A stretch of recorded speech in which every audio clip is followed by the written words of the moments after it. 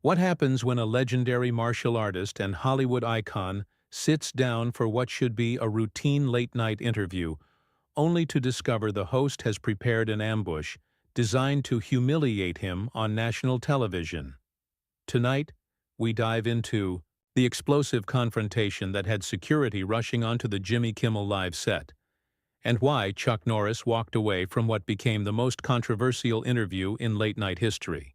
This is a story about respect, dignity, and what happens when a talk show host crosses a line that should never be crossed.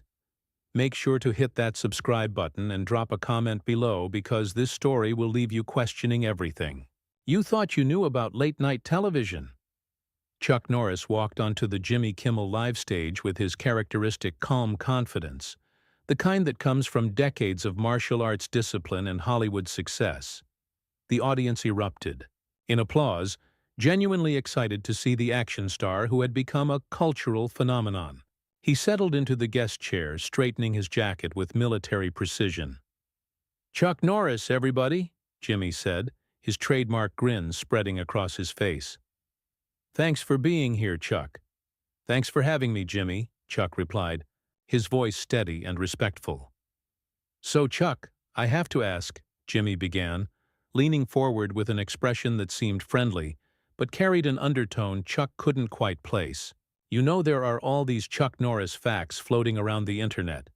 Things like Chuck Norris counted to infinity twice, or Chuck Norris can divide by zero. What do you think about becoming this internet meme?"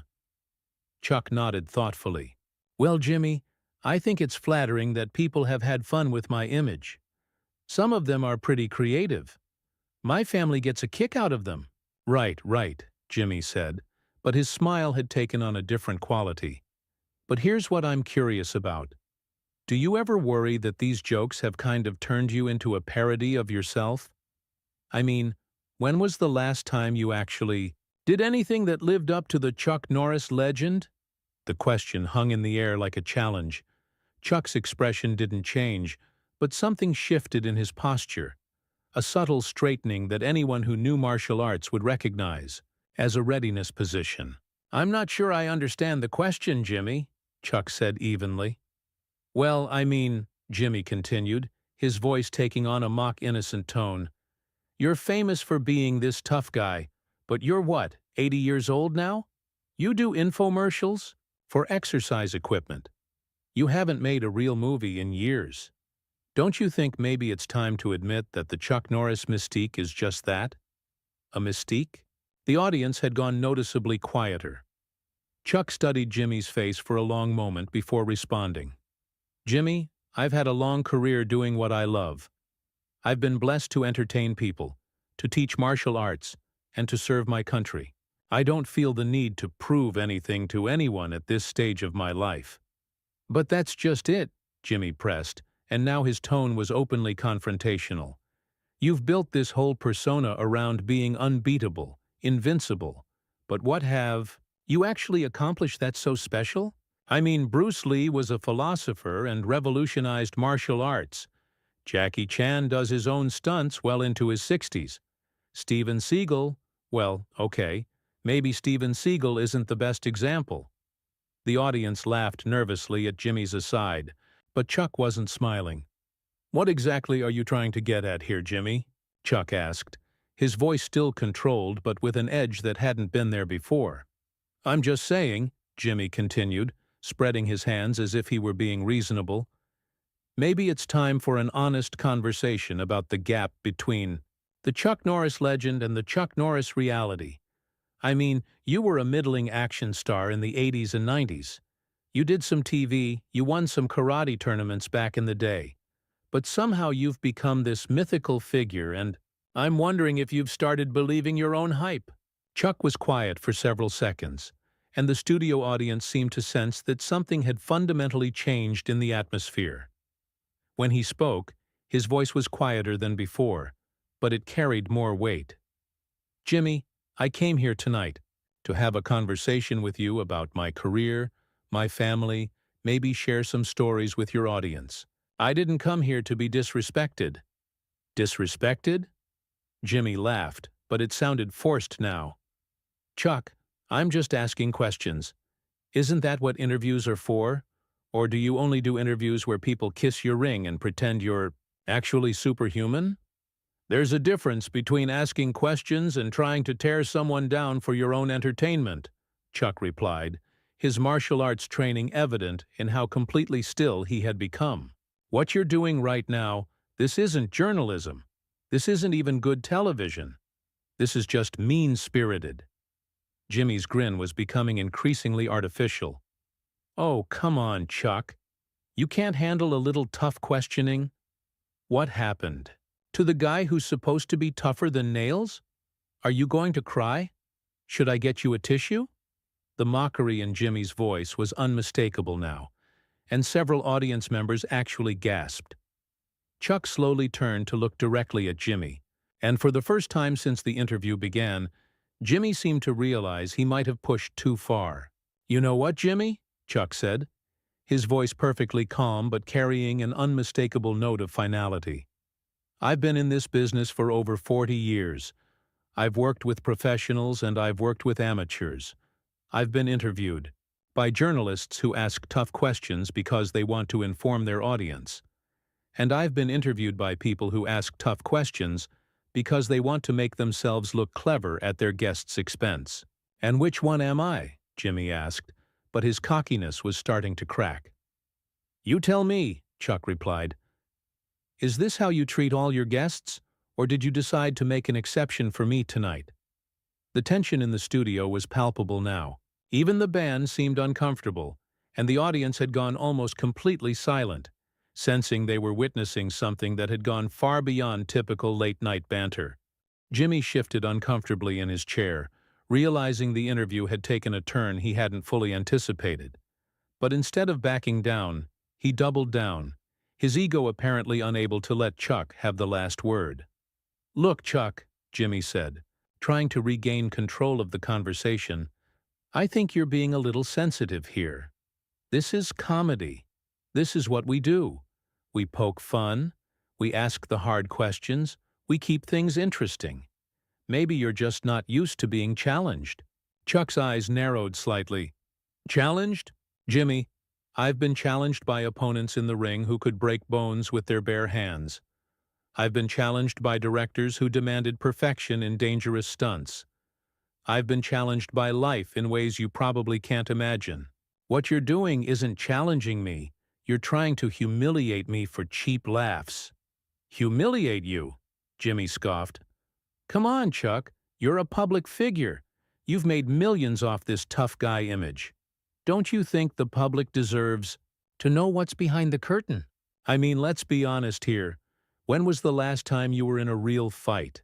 And I don't mean some choreographed movie scene or exhibition match. I'm talking about a real fight."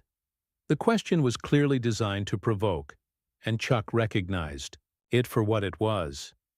His voice remained steady, but there was steel in it now. "Are you asking me to prove something to you, Jimmy? Because if that's what this is about, we can settle this right here and right now." The audience let out a collective gasp, and Jimmy's eyes widened. For a moment, the host seemed to realize he was no longer in control of the situation. "Whoa! Whoa, Chuck," Jimmy said, raising his hands and forcing a laugh. "I'm not trying to fight you. I'm just saying, maybe it's time to admit that the whole Chuck Norris mystique is just marketing. Just show business. There's nothing wrong with that. Most of Hollywood is smoke and mirrors." "So you think I'm all smoke and mirrors?" Chuck asked quietly. "I think you're a smart businessman who figured out how to turn a modest martial arts career into a brand," Jimmy replied, his confidence returning as he felt he was back on safer ground. "And hey, more power to you. But let's not pretend you're actually the superhero these internet memes make you out to be." Chuck was silent for a long moment, studying Jimmy with the kind of intense focus that had served him well in countless competitions. When he spoke, his voice was dangerously quiet. "Jimmy, let me ask you something. Do you know what respect means?" "Of course I know what respect means," Jimmy said dismissively.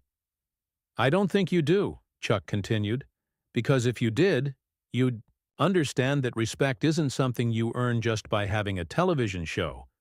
It's something you show to other people, especially when they're guests in your house. This is my show, Chuck, Jimmy shot back, his facade of friendliness completely gone now. This is my house, and I'll ask whatever questions I want to ask. If you don't like it, you're welcome to leave. Is that what you want? You want me to leave? I want you to answer my questions honestly instead of hiding behind this mystical warrior routine, Jimmy said, leaning forward aggressively. I want you to admit that Chuck Norris the legend is just a character you play, and Chuck Norris the man is just another aging actor trying to stay relevant. The silence that followed was deafening. Chuck looked at Jimmy for what felt like an eternity, then slowly stood up from his chair. The movement was so fluid and controlled that it seemed almost choreographed, but everyone in the studio could sense the coiled power behind it. You know what, Jimmy? Chuck said, his voice carrying throughout the now completely silent studio. You're right about one thing. Chuck Norris, the legend, is different from Chuck Norris the man. The legend never gets angry. The legend never loses his temper. The legend always stays calm and collected no matter what. Jimmy swallowed hard, suddenly very aware of how much larger Chuck seemed now that he was standing.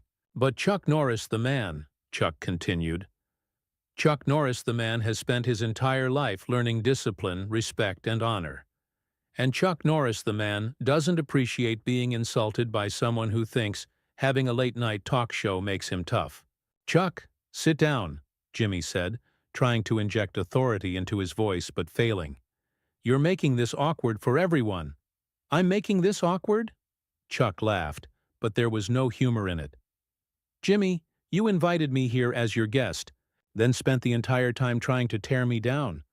You've been disrespectful, unprofessional, and frankly embarrassing. And now you want to tell me I'm making things awkward? Look, if you can't handle a little ribbing, maybe you shouldn't be doing interviews, Jimmy said, but his voice had lost most of its conviction. A little ribbing? Chuck repeated. Jimmy, there's a difference between playful banter and what you've been doing tonight. What you've been doing is trying to humiliate a guest for your own entertainment. And the worst part is, you seem to think you're entitled to do it just because this is your show. Jimmy opened his mouth to respond, but Chuck wasn't finished. Let me tell you something about respect, Jimmy. In martial arts, we have a concept called honor. It means you treat your opponents with dignity, even when you're fighting them. It means you don't try to win by tearing the other person down. You try to win by building yourself up. But you wouldn't understand that, would you? Because everything about this, Chuck gestured around the studio, is about tearing people down for laughs. This is entertainment, Chuck, Jimmy said weakly.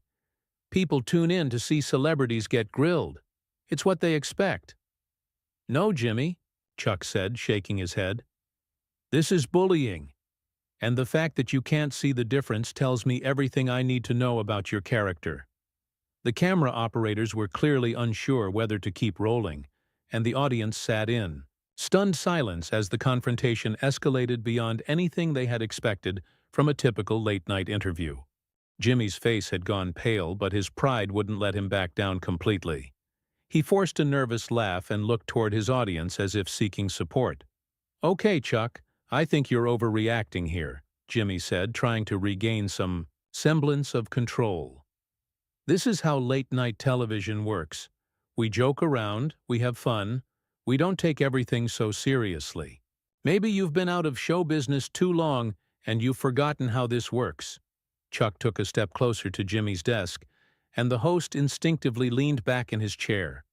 Let me make something very clear to you, Jimmy, Chuck said, his voice low and measured. I haven't forgotten anything about show business. I remember when entertainers had class. I remember when hosts treated their guests with basic human decency. What I'm seeing here tonight isn't show business. It's a sad little man trying to build himself up by tearing others down. Now wait just a minute, Jimmy said, his voice rising as his own anger finally began to show. You don't get to come on my show and lecture me about how to do my job. I've been doing this for years. I've interviewed everyone from presidents to pop stars. And they all understood that this comes with the territory. The territory? Chuck repeated, his eyebrows raising. What territory is that, Jimmy? The territory where you get to be a bully. Because you have a microphone?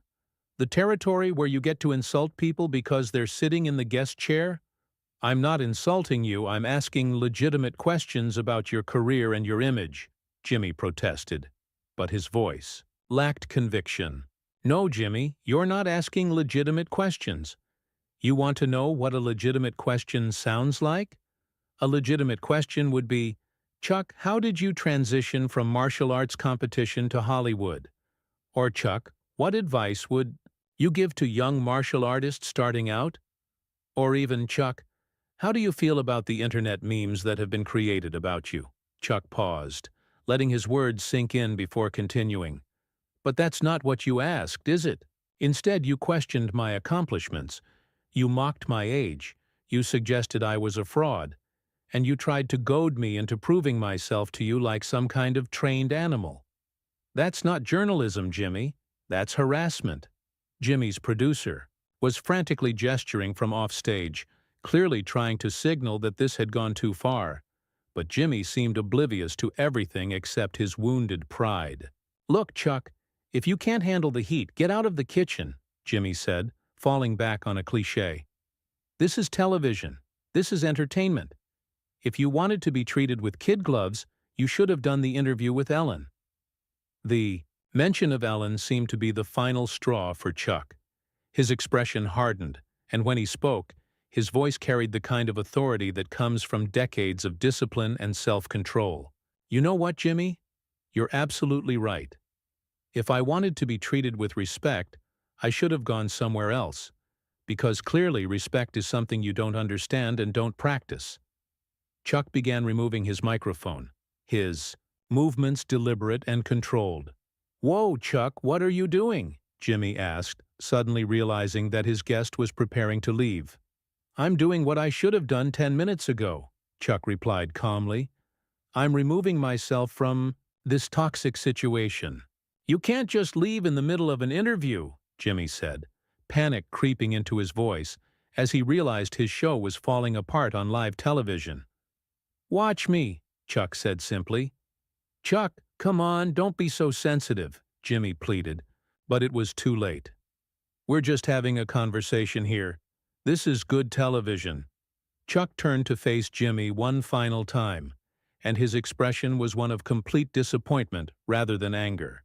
Jimmy, this isn't good television. This is a train wreck. And the saddest part is, you don't even see it.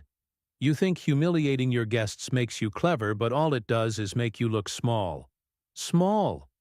Jimmy's voice cracked slightly on the word. Small, Chuck confirmed. Small and insecure and desperate for attention. You know, I've met a lot of people in my life, Jimmy. I've met heroes and I've met cowards. I've met champions and I've met cheaters. But I don't think I've ever met someone who was so desperate to prove they were tough that they'd attack a guest. On their own show. Jimmy stood up from behind his desk, his face flushed with embarrassment and anger. You think you're better than me? Jimmy shouted. You think because you know karate you can come on my show and disrespect me? I don't think. I'm better than you, Jimmy, Chuck said sadly. I just think I'm better than this. At that moment, security personnel began moving toward the stage, clearly having been summoned by the increasingly frantic producers. But Chuck raised his hand, stopping them in their tracks. There's no need for security, Chuck said calmly. I'm leaving voluntarily. Unlike some people, I know when to walk away. Fine, go ahead and leave, Jimmy said, his voice shaking with humiliation. Run away like the coward you really are. Chuck paused at the edge of the stage and turned back one final time. The studio was so quiet you could hear a pin drop. Jimmy, Chuck said, his voice carrying easily throughout the silent studio. I've been called many things in my life. I've been called tough. I've been called disciplined. I've been called determined. I've also been called stubborn, demanding, and sometimes difficult to work with. But in 40 years in show business, until tonight, I had never been called a coward. "Congratulations, you managed to be the first." With that, Chuck Norris walked off the Jimmy Kimmel live stage, leaving behind a host whose face had gone completely white, an audience sitting in stunned silence, and a television moment that would be talked about for years to come. Jimmy stood behind his desk, microphone in hand, clearly having no idea how to recover from what had just happened. The cameras continued rolling, capturing every second of his humiliation, as he realized that his attempt to embarrass Chuck Norris had backfired spectacularly. "Well," Jimmy finally managed to say, his voice barely above a whisper, "I guess that's, Chuck Norris, everybody." But the damage was done.